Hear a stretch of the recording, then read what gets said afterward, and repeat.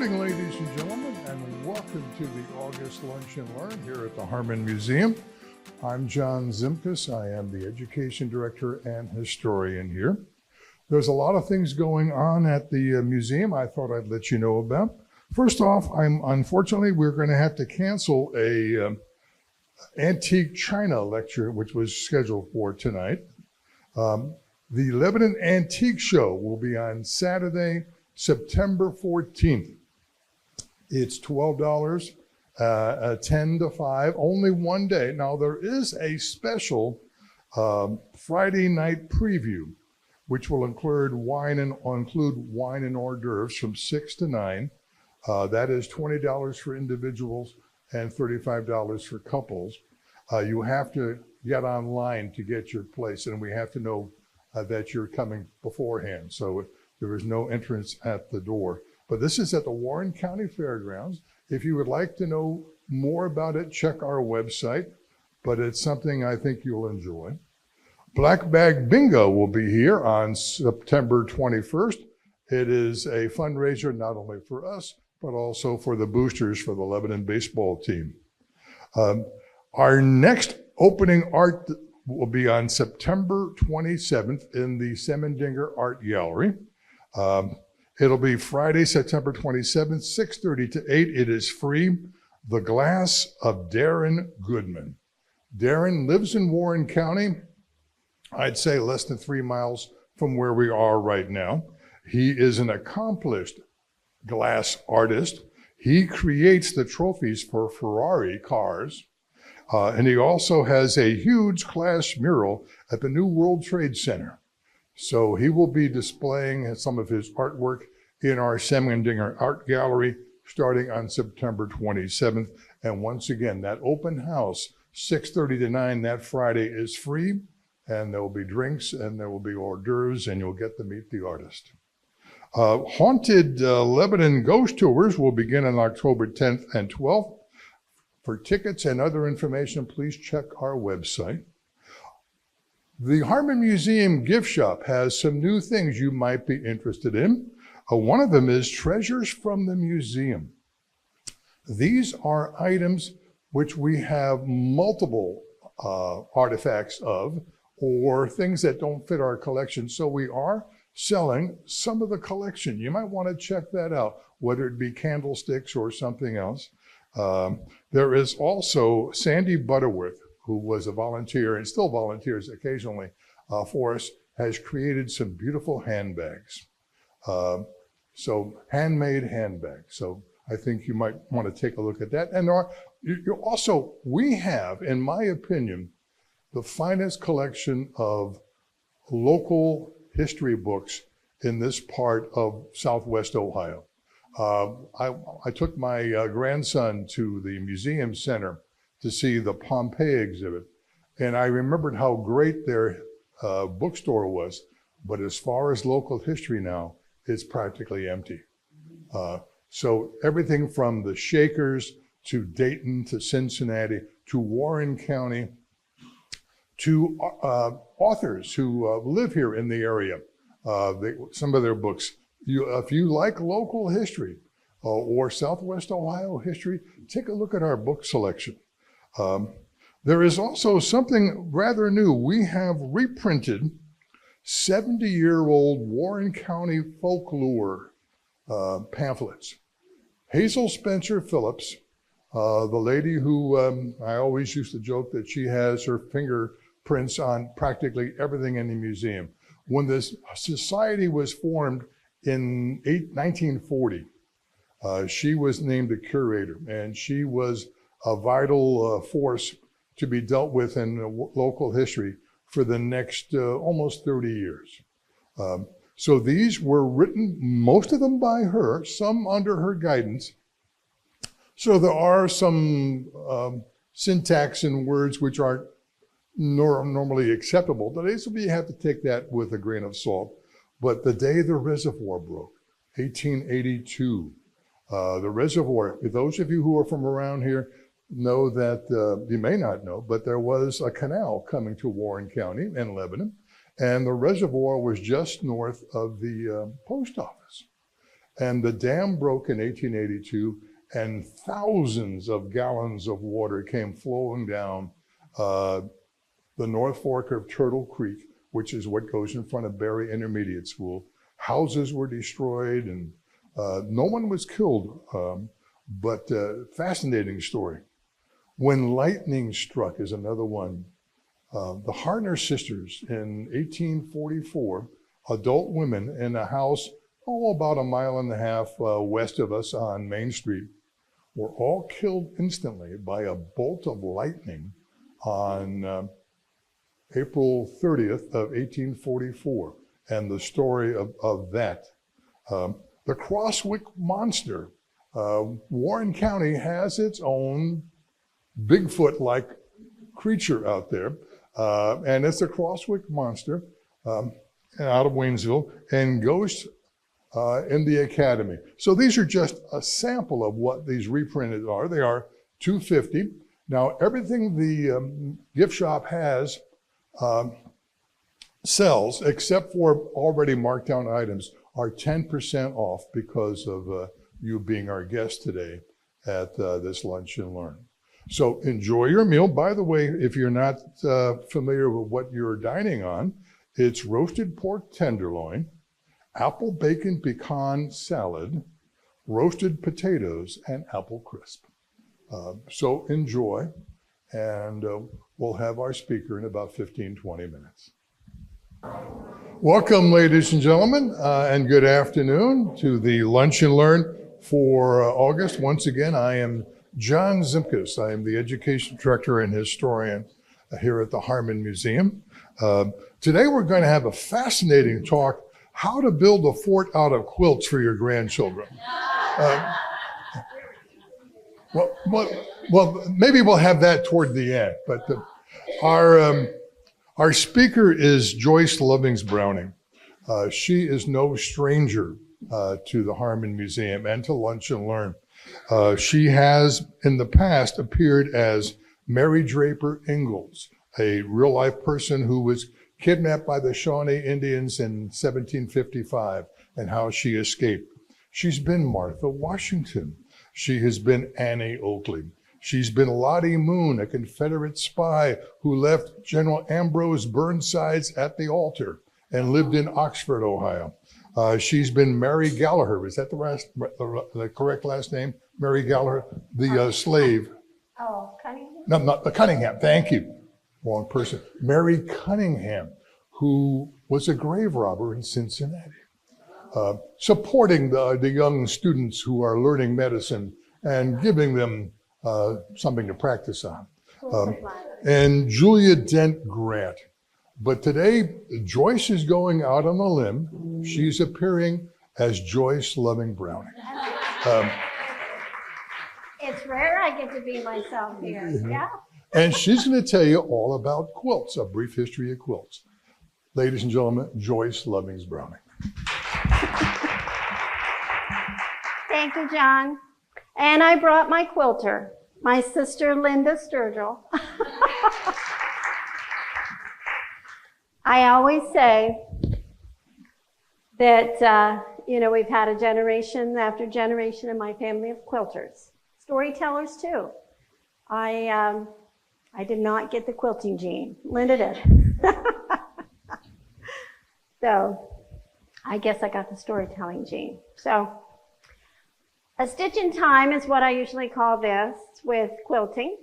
And as I go along, we can look at the quilts after the show and everything else. I think I know how to do this. This is something new for me, too. Is it this way, John? Okay. Oh, well, okay. This is a learning thing for me. So what is quilting?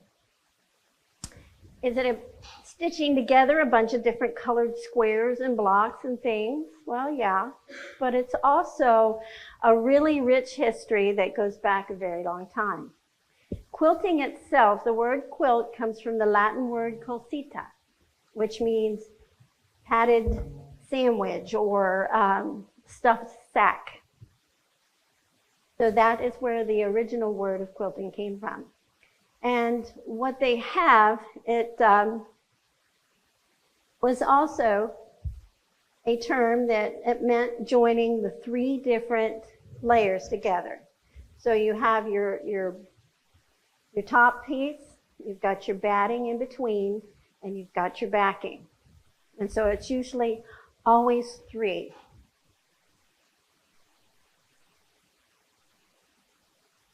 Oh, okay. That's gonna surprise me every time. Some of the earliest known things of quilting has been found in a 35th century tomb of an Egyptian pharaoh.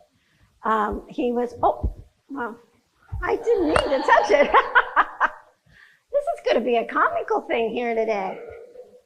So what it was is there was a carving, an ivory carving that's on display in the British Museum. And it shows a pharaoh wearing a quilted robe. And some of the earliest known actual quilts was found. There was one, it was found, it's called the, I have to remember it, Pazyryk rug. And it was found in a tomb of a Russian tomb in the permafrost, and it was very well preserved. And they believe that it was quilted probably around the 3rd or 4th century BC. And it's made of wool, so that is one of the earliest surviving ones that they have. And then they have, in medieval times, of course, if that works. No? Hang of this soon. No. Towards myself. Here we go. In medieval times, in Europe, quilting was brought back by the Crusaders. They were over in the Middle East during that time, and they noticed that the soldiers over there did not wear the heavy metal armor and stuff that they did. And actually, they attributed some of their winnings to the fact that they wore lightweight and everything else and could move around better.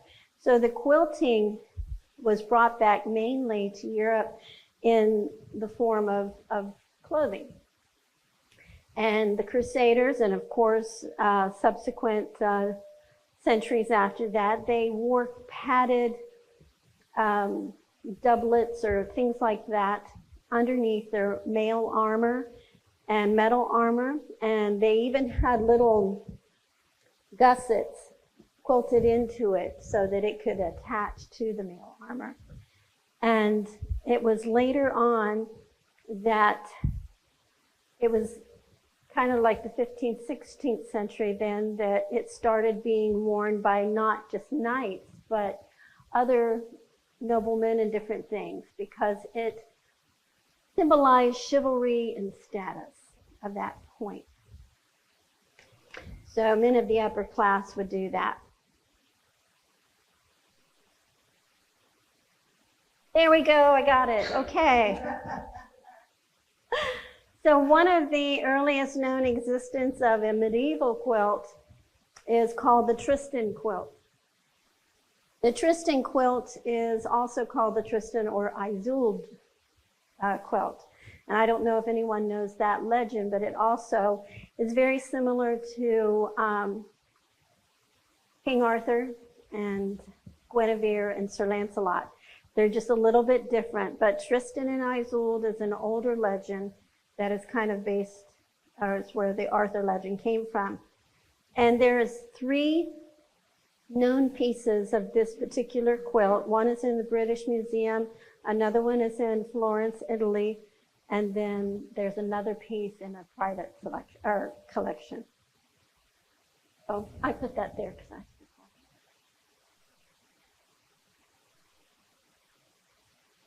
So then,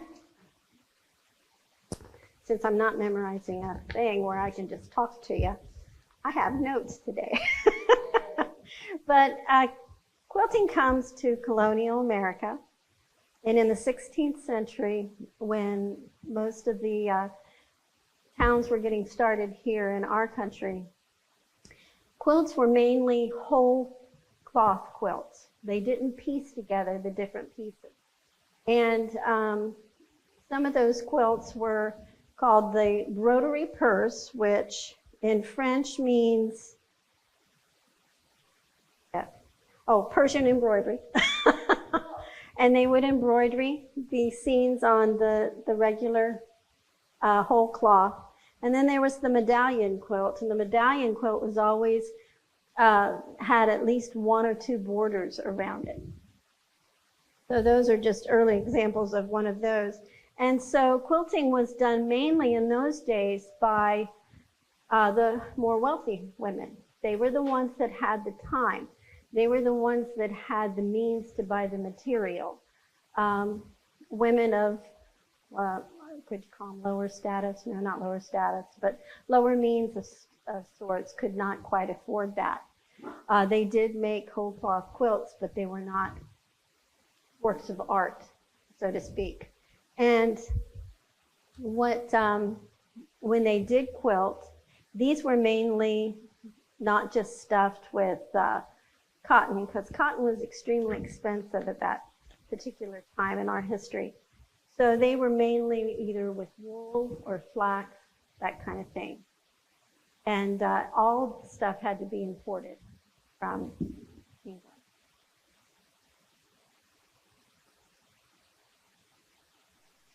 Quilting bees. Everybody heard of quilting bees? Anybody ever done a quilting bee? Cool. Yeah. I kind of did one time. I remember being home from school. I forget why I was off, but my mom went to Grandma's house. Our grandmother was a quilter. Her mother was a quilter. Mom was a quilter. And anyway, my grandmother had a big frame that was bigger, maybe twice as long as this, that had been made by her father. And she always had a quilt set up in the living room. And some of my aunts and my mom and grandma would get together and do the quilting. And I remember they let me do that. I remember it specifically because I was 11. And I thought I did such a great job. Little did I know, Grandma took all the stitches out after I left. Mom told me that years later. But with quilting bees, it became a way for women to socialize with other women. They were able to exchange recipes, child-rearing ideas, the latest gossip. You gotta gossip around the quilting bee. And it was a way for women to get together and do things like that. The other thing is that it became a tradition here in America for a young woman she was supposed to make at least 13, a baker's dozen, of quilt tops before she became engaged to be married. And it was 12 utility quilts, which were just like plain quilts that were for warmth, and then one, what they would call a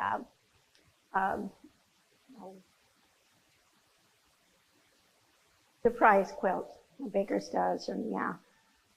But what it was is that she would have this, once she became engaged, she would start making quilts out of them.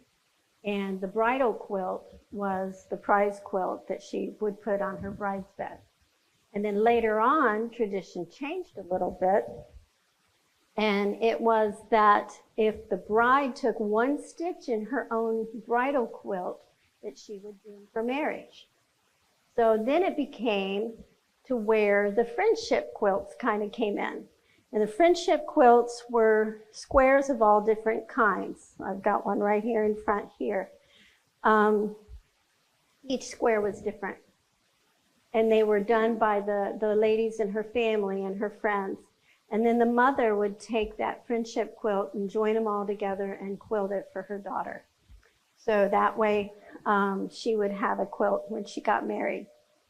But men would also join in the quilting bees, but it was always after the quilting was done. Because then they would have dinner and make it a big social event. And then that was when some courting could be done. Of course, those girls making those quilt tops had to have bows to court them. But then the Western movement came in. When the Western movement came in, pioneers would spend months, sometimes even a year, getting ready to make the westward trek out there. And it was suggested by wagon train leaders or whatever. They actually had manuals in those days of what to take and what to not take and that kind of thing. And because the wagons were just so big, they were 16 feet long and about anywhere from 8 to 10 feet wide. They could only hold 2,000 pounds, so you had to be very selective of what you took. And one of the things that they suggested was that there was a bed covering or blanket for each man, woman, and child in your family, that you would have 2 or 3 per person, so that you would do that. They also, another thing, suggested making a lot of socks, because not only did a lot of the women and children walk, they did not ride in the wagons as much. Your feet would get wet crossing all the creeks and different things. But the friendship quilt also became popular at that particular time too, because if a woman was leaving behind her whole family back east, the friendship quilts were that the family would get together and make her a quilt to remember them by. Many people did not survive, especially the Oregon Trail. And I would imagine a lot of those quilts probably served as coffins too, I think. But when is a quilt not a quilt? A lot of times, especially in Europe during the 1700s, quilting was, they would say, if a woman was putting on her quilt, she wasn't putting a quilt on the bed, she was putting it on herself. She would have all this fancy embroidery. Now, as you remember, quilting was the main thing of how they kept warm in those days. They didn't have central heating. If you weren't sitting by the fireplace, you were a little on the cold side, especially if you lived in one of those castles that you see all of a sudden. But women would have intricately, I'll get it out, quilted underskirts. And they would have their dresses to where they could display those quilted underskirts. And then, of course, quilting was done on jackets and hats and clothes for children. And it was just like wearing a blanket. But one thing that changed quilting, the Industrial Revolution here in the Americas, which happened around the early part of the 1800s, and it was considered the first industrial revolution. There was different parts of that, which we won't get into today. But the steamboat, the telegraph, and the sewing machine were all invented before the Civil War. So it was in 1856 that the Singer Company developed the sewing machine, and they also developed a payment plan so that women could buy sewing machines on payment.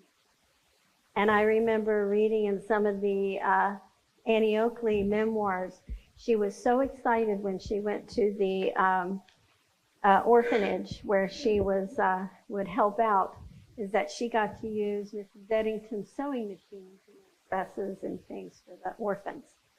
So it was the sewing machine, and our mother had a treadle sewing machine. You've got it now, don't you? It's not a treadle anymore. She wanted an electric sewing machine, so Daddy turned it into an electric, and the treadle got lost somewhere along the line over moving and stuff, and she always regretted that. Maybe we can convert it back into a treadle. So the piecing at that point was still, if it was done on a machine, the quilting part was probably still done by hand. And when quilting, when you go to start a quilt, which is something I've learned recently, which probably my mom didn't think I was a quilter, but when you start a quilt, you don't want to have knots in your thread. So you always have to do a back stitch, right? Anyway. You do not? Well, maybe that's not everybody. I do not. I know Mom always used quilting thread. Some of the earliest known quilts during the time of colonial times and early American was made of wool. And wool was the easiest part of something to do. I've actually got one over there. And wool being as thick as it was easier to tack it, with yarn or something.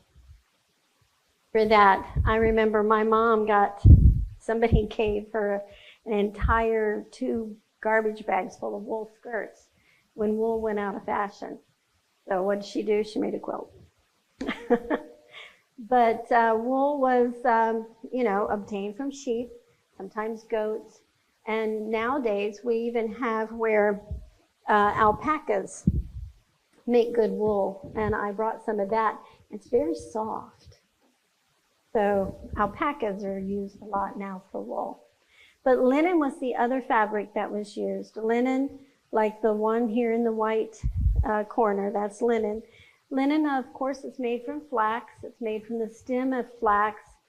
And what they do is when they grow the flax seed, they harvest it, they crack it up. They also put it down in water. It has to ferment for a long time before it can be used and the fibers made into fabric. And of course, every woman in colonial times, she had a loom, she had a spinning wheel. They made everything. And if you ever go to Mount Vernon, where the Washingtons are, Martha Washington had a whole entire setup of textiles and things that were made. They were all made right there. And so the combination of the two, of wool and linen, you get linsey woolsey. Everybody ever heard of that? Linsey woolsey? Well, lin is, of course, the ancient word for linen. And woolsey, of course, is self-explanatory. But it was more like a heavier material, more like a, what you would call it. It made it a whole lot heavier, but it was extremely durable. And if you have linen versus cotton, they're both made out of plant fibers. And in, of course, linen, it was so much thinner, but it was harder to weave into a fabric. But it did dry faster, and it did wrinkle really bad. So you just have to go with that.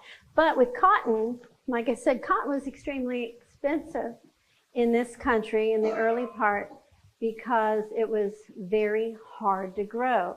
There's 2 different kinds of cotton.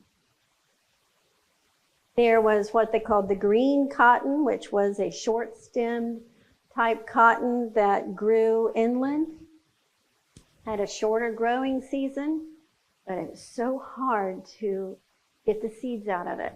And then they had what they called the coastal cotton, which was a long-stemmed cotton, but it only grew by coastlines, and therefore it was easier to extract the seeds, but it had such a long growing season that it was not productive to do. As you know, the plantations in the South, cotton became their major crop, but not until 1794 when Eli Whitney created the cotton gin. I always thought that was a weird name, cotton gin. And then I read more about it. Gin was just short for engine.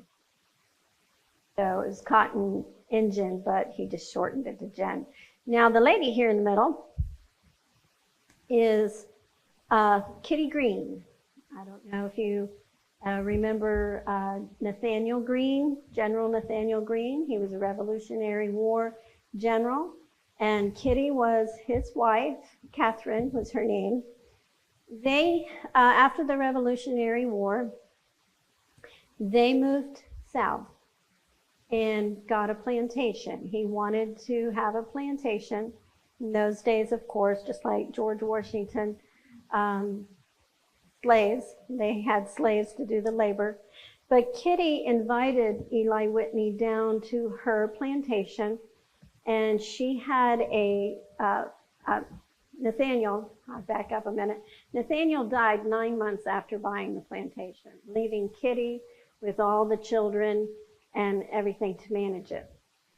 So the children's tutor, Phineas Miller, Phineas Miller, he became the plantation manager, and then they invited Eli Whitney down to become the tutor. They were both graduates from Yale, and he was going to tutor the children.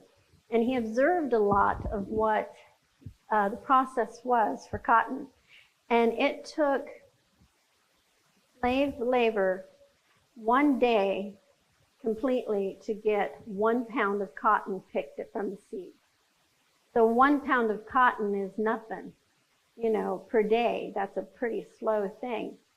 Once he invented the cotton gin, it was 50 pounds of cotton could be extracted from the seed per day. So with that method, it created more and more demand for cotton. It also created more demand for slave labor. So therefore, in the early part of the 1700s, there was only 700,000 slaves in the South. But by 1850, there was more than 3 million.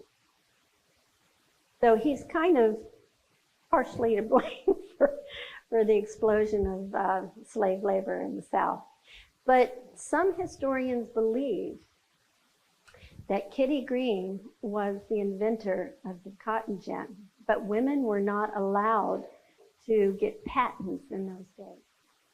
So Eli was the one who got it in her name. So that's just one theory. But they also know that she was the financer of that. And she also had, her first son was George Washington Green, and her first daughter was Martha Washington Green. Just side note. And of course, with the increase of slave labor, the Underground Railroad was something that helped the slaves flee north and flee their slavery. So these are just a few of the ones that are considered connected to the Underground Railroad. It is believed that quilts were used because slaves, of course, could not read. And therefore, they would, if they saw a particular quilt either hanging on the line or hanging inside a window, then they could determine what it was. Now, the monkey wrench here is one of the first blocks to appear that indicated that they should get ready to flee north, because there were certain times of the year when it was better to go. Certain times of the month was better to go. The bow tie was that they were supposed to dress a little more affluent, to look like they were of a higher station. The bear paw here was supposed to be like follow animal trails so that they could stay off the main roads. The log cabin. The log cabin was one that that the house was a safe house where they were going to have that one hanging. And the drunkard's path. The drunkard's path was you should zigzag around so in case that you're being followed or hunted by hounds. So you need to throw them off your scent. So run like a drunkard, I guess. And then the double wedding ring was that they were able to throw off their shackles. And then the flying geese. The flying geese, of course, the geese go north, and they were supposed to follow the geese. And if they couldn't find them because of clouds and different things, they were supposed to listen to the geese and follow the sound. So there is 5. Oh, and some people even dispute the fact, because there's no written history on the Underground Railroad with quilts, not as much. But as it was a catch-22, slaves couldn't read or write most of the time. So it's oral history. But there's 5 basic quilt types. And of course, there's the handpiece quilt. There is the applique quilt, the one in the center, or the one in the other corner. And the foundation paper piece quilt, which would be here, is where you have a paper pattern. And it would be the type of material that you could rip away after you had your piece put together. And then there was the English paper piece quilt, which you had an actual paper pattern that you kept from one piece to another. I know our mom used to save cereal boxes and cut it out because it was nice, thin cardboard that she could use as a pattern piece for different things. But the different kinds was, of course, the applique would be done with embroidery. Applique was appliqued on a solid block. Embroidery was the one with the embroidery material. So just to go over a few different quilt styles or quilt pieces and some history behind them. The log cabin quilt, as I said, it was considered to be in the Underground Railroad, but it also became extremely popular during the Civil War. And that's because they always said that Abraham Lincoln was born in a log cabin. So there's different styles. This is mainly the one. I've got one here on the very end, if you want to look at it later. It was part of my oldest brother, Will, and his wife, Sue. She passed away early from cancer, and they did not have any children. And she didn't have any other family. So when she passed away, this quilt had been handed down in her family since the 1830s. And you can see where it was in a cedar chest for many, many years with tissue paper between it, and it discolored it and everything. And it's also what's known as a summer quilt. There's very little batting in between. It's basically 2 pieces. So summer quilts were, sometimes the batting was left out. But the log cabin quilt, the red center can symbolize the hearth of the home. And if it had a yellow center, it was a welcoming light from a window. And then sometimes it said if it had a black center and was hanging on a clothesline, it was an Underground Railroad one. So many different styles. You can put them together different ways. But log cabin is basically because they have the straight lines. Crazy quilt. Crazy, crazy, crazy quilt. Now the crazy quilt actually started in the Victorian era in Europe. And if you see the broken bowl up there, that is a Japanese, it's called kintsugi. It's a type of art, and there was a big display brought to England during the Victorian times of this art. And what it was is that they would take broken pottery and put it back together with gold, and sometimes silver. And it was that you could take something broken and make it stronger by putting the metal. So it's still a usable item. So this kintsugi actually means in Japanese, joined with gold.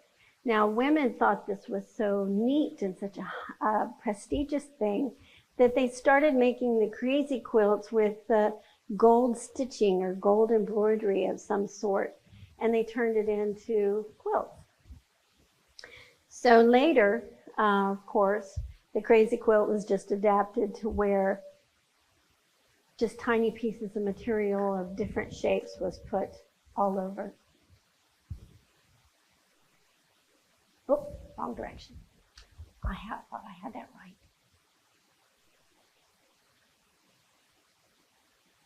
The Dresden plate. I've got a Dresden plate right there behind my sister that my mom made. The Dresden plate, it either sometimes had the pointy or it had the rounded, but it was based on a plate from Germany. It was very popular in the 1920s and the 1930s. There was a place in Dresden, Germany that produced this fine porcelain. And women who couldn't afford the Dresden plates themselves created their own. Dutch doll or sunbonnet Sue, and I've got a couple over here. The sunbonnet Sue pattern, also known as the Dutch doll. This particular one was made for my oldest sister when she was born. She was born in 1946 by our great-grandmother. And unfortunately, we lost our oldest sister, but she was a quilter too. See, they both got it. I didn't. There was none left over for me. And this one here, my mother made that when I first got married 40, long time ago. And each one of them is a dress piece. I used to be very tiny. Mom could never find clothes to fit me. You can't tell that now, but she made my clothes from the time I was born until I was 15.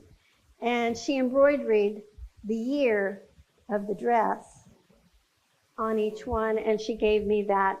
It was pieced together by my mom and quilted by my grandmother, and that's what I had when I got married. So the Sunbonnet Sue pattern came about in the late 1800s as illustrations by a lady by the name Kate Greenway, and Kate was the daughter of a seamstress, and she used to illustrate children's books. And then later on in 1902, the Sunbonnet Babies primer came out, and it was done by Bertha Melcher, and I cannot pronounce Miss Grover's name, so she's got a different name. But there's different styles of the Sunbonnet Sue. So with that, I know, oh, did it again. You just wanted to look at the Dresden plate again, right? Quilts today. Quilts today are total expressions and works of art. And I know I could go on and on about different quilts. There's Amish quilt gardens. If you've ever heard of Amish quilt gardens, it's where they actually plant flowers to do the quilt square. Linda and I keep saying we're going to go up there at Shipshawana and see that, but we haven't made it yet. Hey, that would make a good tour for this. But there's also quilt barns. Have you ever been driving and you see a big quilt piece? Well, there's actually a quilt barn trail. So if you ever want to do that, Greene County has a quilt barn trail where you can follow the different quilt barns. But, you know, the quilts that you see here is representative of at least 4 generations of my family. And the different ones, this friendship quilt here, it also has a picture of my mother on it. My daughter Shannon made that for me. And Mom put it together. This is one of the last quilts she made before she passed. And she passed at 92. So there's even a quilt square in here for me. So see, I know how to piece. I remember saying one time, I'm quilting, Mom, and she goes, no, you're not, you're piecing. You're piecing. So the different ones, and it's not just all the ones from my family, but that's what I have as representatives. But quilting represented a lot of rich history down through of many women. And I know all of you here, you either have an interest in quilting, or you are quilters yourself, or you've had quilters in your family. But I say that it's not really quilting of history, but a lot of it is herstory, if you want to do it that way. So the herstory of all these here is laid out. And I've got the pillow, the chicken pillow there. That was a quilt done by my great-grandmother, and it was so worn in different spots because back then they used flour sacks, and they used real cotton that would ball up and really make a mess. But my mom took the quilt, and she made each one of us an animal out of it, and then so that we'd have a piece of it. But Linda didn't bring her turtle like she was supposed to. But it wasn't that much. And the postage stamp quilt here was one of the last ones my mother made too. It's got 5,000 pieces in it. Each one was done on her hands. The only thing done on a machine was the binding. And it took her over 2 years to make it. She pieced this flower garden too, and then each one has got an embroidered flower in the center. And so the different, of course, I was going to lay this out.